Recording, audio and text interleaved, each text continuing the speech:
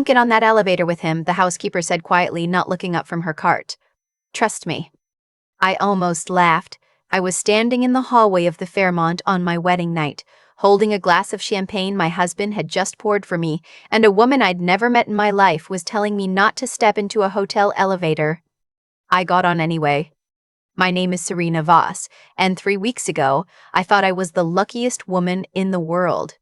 Now I'm sitting at my kitchen table in Portland, Oregon, writing this down because if I don't get it out of my body, I think it will stay there forever. My husband. I still catch myself using that word. His name is Owen. We met at a fundraising gala 2 years ago. He was charming in that specific way that doesn't feel like charm at first. He remembered small things. The name of my grandmother's dog. The fact that I take my coffee black but only in the morning, with milk in the afternoon. He made me feel seen in a way I hadn't felt in years, maybe ever. When he proposed, I cried before he even finished the sentence. I was 31. He was 38. We got married on a Saturday in October at a small vineyard outside Portland. 20 people, string lights, my mother sobbing through the whole ceremony. It was perfect. I mean that. Looking back now doesn't change that the day itself was beautiful. The reception ended around 10. Owen suggested we skip the original plan of driving to the coast and instead spend the first night at the Fairmont downtown, a surprise upgrade he'd arranged. A suite on the 14th floor with a view of the city.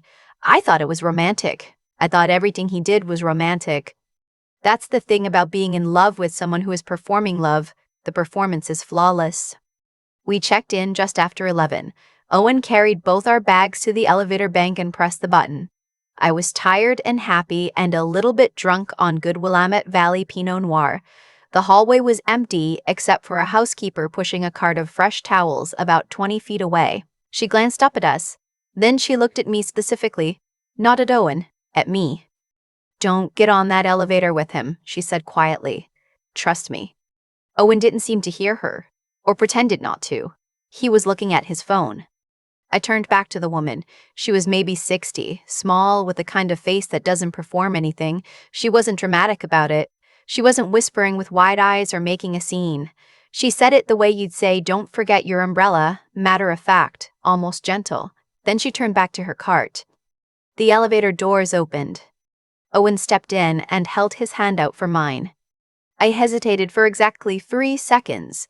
Then I thought, I am a grown woman on my wedding night, and I am not going to let a stranger's random comment derail my happiness. I told myself it was nothing. A misunderstanding. Maybe she'd confused Owen with someone else. I stepped in. The doors closed. And I told myself I'd forgotten about it by the time we reached the 14th floor. I hadn't. The suite was beautiful. Floor-to-ceiling windows, a king bed with white linens, a bottle of Roof-Teef Clicquot already chilling in a bucket by the window. Owen had clearly prearranged all of it. He poured us each a glass and made a toast about forever. I smiled. I kissed him. But I kept thinking about her face. Around 1 in the morning, Owen fell asleep. I lay beside him in the dark for a long time, staring at the ceiling, trying to figure out why I felt the specific feeling I felt. Not fear exactly. More like the thing that happens when you're driving and you suddenly realize you've passed your exit 3 miles back, and you don't know exactly when. I got up and went to the bathroom. I sat on the edge of the tub for a while. I picked up my phone and scrolled through nothing. Then, because I didn't have a better idea, I opened Owen's email. I want to be clear, I'd never done that before. I'm not someone who goes through a partner's phone. I genuinely believe in privacy. I believe in trust. I believe in Owen. But I opened it. He was logged in on a shared tablet we'd been using during the trip to pull up our reservation confirmations. I picked it up off the bathroom vanity and his inbox was sitting right there. The most recent email was from 4 days ago. Subject line, Portland timeline. I opened it. The sender's name was Joanna Marks. I didn't know that name. The email was short. It said, he confirmed the account is joined as of the 14th. The transfer window opens after the honeymoon. I'll handle the Denver piece on my end. Don't contact me again until it's done. I read it 3 times. Then I sat very still on the edge of that bathtub for what felt like a long time. The account she was referring to, I knew exactly which one. 3 weeks before the wedding, Owen had suggested we consolidate our finances into a joint account before the trip, for convenience, easy access to funds while traveling. He'd framed it practically the way he framed everything, and I hadn't questioned it because I trusted him and because I was 31 and in love and planning a wedding, and I did not have the bandwidth to be suspicious of my fiancé at the time. I had moved $47,000 into that account, savings I'd been building for 8 years, a modest inheritance from my father's side. $47,000. I kept reading. I scrolled back through the thread. Joanna had emailed first 2 months earlier. She'd written, "You're sure she doesn't have a prenup?" Owen had replied, "Confirmed." Her attorney suggested one. She declined. "She trusts me completely." Her attorney suggested one. He knew I'd been advised to get a prenuptial agreement. He'd spent 2 months reassuring me that we didn't need one because we loved each other, because prenups were cynical, because he had his own money and didn't want mine. He'd actually said those words. "I don't want your money, Serena. I want you." I sat there on the bathroom floor. At some point I'd slid off the tub and onto the cold tile, and I thought about all the things I'd handed him. My trust. My savings. 2 years of my life. The absolute certainty I felt standing at that vineyard in front of 20 people and promising him forever. My first instinct was to go back in there and wake him up, to throw the tablet at the wall and demand answers, to scream loud enough that the people in the suite next door called the front desk. I didn't do any of that. I thought about what the housekeeper had said, the way she'd said it, quiet, deliberate, like she'd seen something I hadn't yet. I made a decision in that bathroom. I decided to be smarter than my anger. I took screenshots of every email in that thread, 14 emails total, going back 11 weeks. I emailed them to myself, to my personal account, and then to my best friend Hazel's account as a backup. Then I closed the app and put the tablet back exactly where it had been. I washed my face with cold water. I went back to bed. Owen slept peacefully next to me for the rest of the night. I didn't sleep at all. In the morning, he was warm and attentive and brought me coffee from the lobby before I even got up. He kissed my forehead and said good morning in that voice of his, low and unhurried, like he had all the time in the world. I let him. I smiled. I said good morning back. "I was thinking," he said, settling onto the bed beside me with his own cup, "we could look at the investment paperwork today. While we're here, get it out of the way so we can actually relax on the trip." The investment paperwork. I had been waiting for those words without knowing I was waiting for them. 2 weeks earlier, Owen had mentioned a real estate investment opportunity, a development project in Denver that a friend of his was managing. He'd been casual about it, said it was a chance to grow our money, that the window was small, that we'd need to act before the end of Q4. I'd said, "Sure, let's talk about it after the wedding." He'd said, "Perfect." Now I understood what the Denver piece meant in Joanna's email. I sipped my coffee. "Sure," I said. "Let's talk about it over breakfast." He smiled and his shoulders dropped slightly, hook set. We went down to the restaurant. He ordered eggs Benedict and talked about the project with what I now understood was a carefully rehearsed casual energy. I asked a few questions. I nodded at the right moments. He pushed the paperwork across the table. He'd printed it and brought it in a folder, I noticed, which meant he'd been planning this conversation for days. And I picked it up and looked at it and said, "I want my financial advisor to take a look first. Can we do it next week?" Something moved across his face. Quick, gone in less than a second. "Of course," he said. "No rush." But there was rush. That's what the emails told me. We checked out of the hotel that afternoon. As we were waiting for the valet, I realized I needed to find the housekeeper. I didn't know her name. I went back inside and asked at the front desk, and they looked at me like I was slightly unhinged, which I understood. I described her. Small, older, gray uniform, working the 14th floor around 11 p.m. last night. The desk clerk checked something and then frowned slightly. "I'm sorry, we don't have anyone matching that description working last night. Our overnight housekeeping team on that floor is actually just 2 people and—" She paused. "I'm not sure who you might have spoken with." I thanked her and went back outside. The next 4 days of the honeymoon, I performed the best acting of my life. We flew to Napa. We ate at nice restaurants. We took a hot air balloon ride that Owen had booked. I laughed at his jokes. I held his hand in public. At night, I lay next to him and thought through every step of what I needed to do methodically, like a list I was building in my head. On the third day, I called my attorney. I stepped outside while Owen was napping and walked 2 blocks to a small park and called her directly. Her name is Vivienne Park, and she is not someone who panics. I read her the emails over the phone. She was quiet for a moment, and then she said, very calmly, "When do you get back?"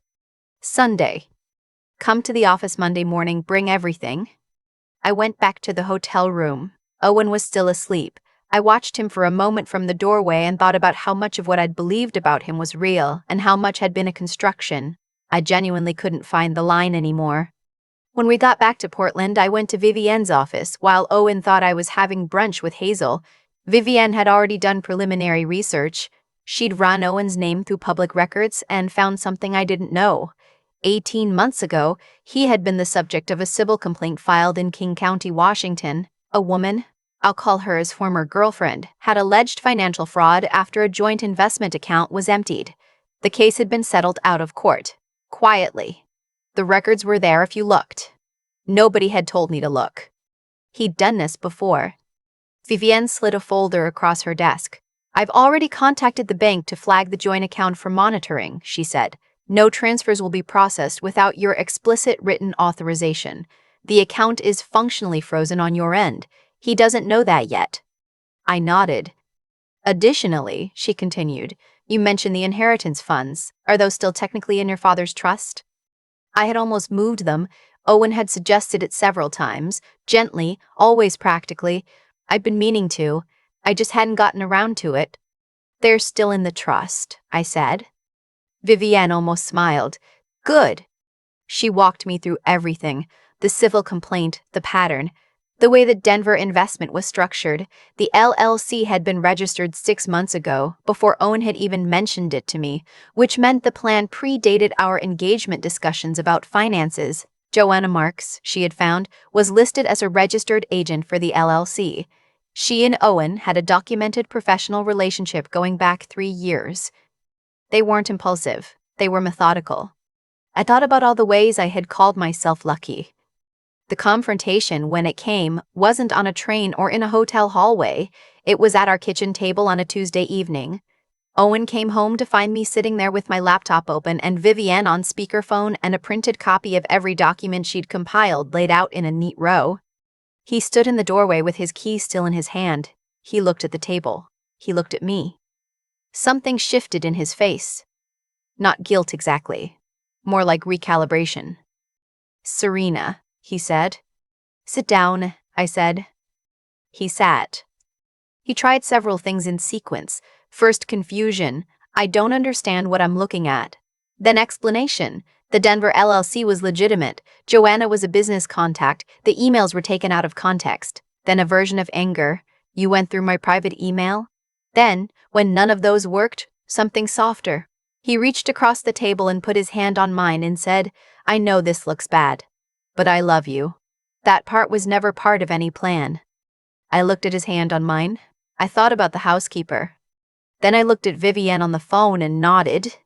She began speaking. She outlined the legal position clearly and without emotion, the documented civil history in King County, the fraudulent structure of the Denver LLC, the attempted unauthorized preparation for transfer of joint account funds, the coordination with Joanna Marks. She used the word fraud. She used the word annulment. She explained that we had already contacted the Oregon Division of Financial Regulation and that an inquiry was pending. Owen's hand left mine. "You have 2 options," Vivienne said. "Sign the annulment today, and we keep the regulatory inquiry limited in scope. Or don't sign, and we provide the full documentation package to the DA's office." He signed. The pen made a small scratching sound in the quiet kitchen. After he left with the bag and his car keys and nothing else, I sat at the table for a long time. I expected to cry. I didn't. Not right then. I felt something more like stillness. The particular quiet that comes after a very long noise stops. I called Hazel. She came over and we sat on my porch, and she didn't say anything particularly wise or meaningful, which is why she's my best friend. She just handed me a beer and sat there and let it be whatever it was. 2 weeks later, Vivienne called to tell me the Oregon DFR inquiry had referred the matter to a larger federal review, given the pattern across multiple states. Owen's financial consulting license, I hadn't even known he had one, was suspended pending investigation. The Denver LLC had been dissolved. Joanna Marks, it turned out, had her own separate legal exposure and was cooperating with investigators. I never did find the housekeeper. I went back to the Fairmont one afternoon about a month later and asked again. The manager I spoke to was kind and thorough. He checked every record from that night. No housekeeper fitting my description had been assigned to our floor. The overnight team had been 2 men, both accounted for. I still think about that. I don't have an explanation for it. What I have instead is this. The marriage is annulled. The joint account funds were recovered in full. The freeze held, and Owen had not yet completed any transfer. The inheritance stayed in the trust where it had always been. I am sitting in the house I owned before I met him, at a table that is mine, drinking coffee that I made on a Thursday morning in March. I'm not going to tell you I'm completely fine, because that would be a lie and I've had enough of those. I spent 8 months loving someone who was planning, from the beginning, how to take everything I had. That leaves a mark. It changes the way you read a room. It changes the way you answer when someone says, "Trust me." But here's the thing I keep coming back to. I did get smarter, not before he fooled me. I didn't get that choice. But in that bathroom, at 1 a.m, on my wedding night, I chose to be quiet instead of loud.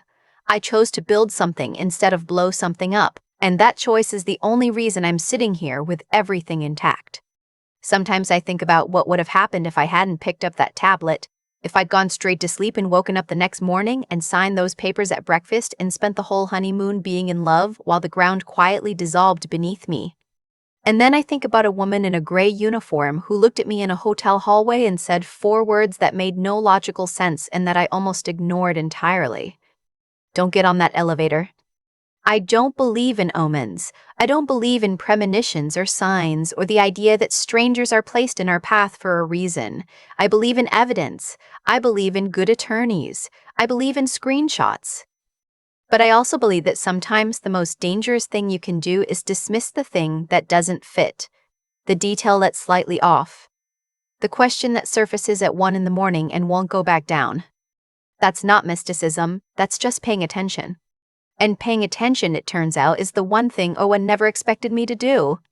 I still think about that bathroom floor, the cold tile, the way the screen light felt too bright at 1 a.m. I wasn't crying. I wasn't screaming. I was just sitting there with the tablet in my hands and 14 emails that rewrote the last 2 years of my life. People always ask when they hear a story like this, "Why didn't you see it sooner?" And I used to feel ashamed of that question. Now I don't. Because I think what happened to me wasn't a failure of intelligence. It was a failure of suspicion, which is a completely different thing. I was trusting. I was open. I handed Owen exactly what he asked for because I believed that's what love looks like. And he knew that. He counted on it. The whole plan was built on it. What I've come to understand is that actions don't disappear into thin air. Owen spent months constructing something dishonest. The emails, the LLC, the patient convincing, the careful erosion of my financial boundaries, and every single one of those choices created a consequence he couldn't fully control. Not because the universe punished him, because reality did. Lies require maintenance. Deception has weight. And the more elaborate the structure, the more points of failure it carries. He thought he was building something airtight. What he actually built was a paper trail. I could not have outrun what he was planning if I had panicked in that bathroom. That's the part I come back to most. The anger was real. It was enormous, actually, the kind that sits in your chest like a stone. But I chose not to let it move first. That choice, sitting still on that cold tile and thinking instead of reacting, is the only reason I walked out of that marriage with my savings intact and his license suspended. Rage would have been louder. Patience was sharper. And then there is the question of what I did after. The calls I made, the attorney I trusted, the documents I organized, the performance I gave over 4 days in Napa while building a case I never told him existed. That wasn't luck. That was work. Quiet, deliberate, unglamorous work, done while smiling across a dinner table at someone who was still planning to empty my bank account. I don't say that to make myself sound impressive. I say it because I think we underestimate what it costs to hold yourself together while also holding a strategy. It costs something real. It takes a kind of strength that doesn't look like strength from the outside. Vivienne told me later that what protected me most wasn't the screenshots or the frozen account or even the King County records. It was that I hadn't moved the inheritance into the trust. I'd just never gotten around to it. Which means that the outcome of this whole thing partially hinged on my own procrastination. I've thought about that a lot. How thin the margin was, how easily it could have gone differently. I'm not the same person I was on that Saturday in October. I'm not sure that's entirely a loss. The woman who stood at that vineyard believed completely and without reservation, and I think there was something genuinely good in that. But the woman sitting at this kitchen table now pays attention. She asks questions. She reads the documents her attorney recommends. She doesn't confuse someone's confidence with their character. That housekeeper, whoever she was, whatever she gave me 3 seconds. 3 seconds of hesitation before I stepped into that elevator. And I almost threw them away. I don't know what I believe about how she got there. I just know that the warning only mattered because I eventually listened. And listening, I've learned, is its own kind of courage.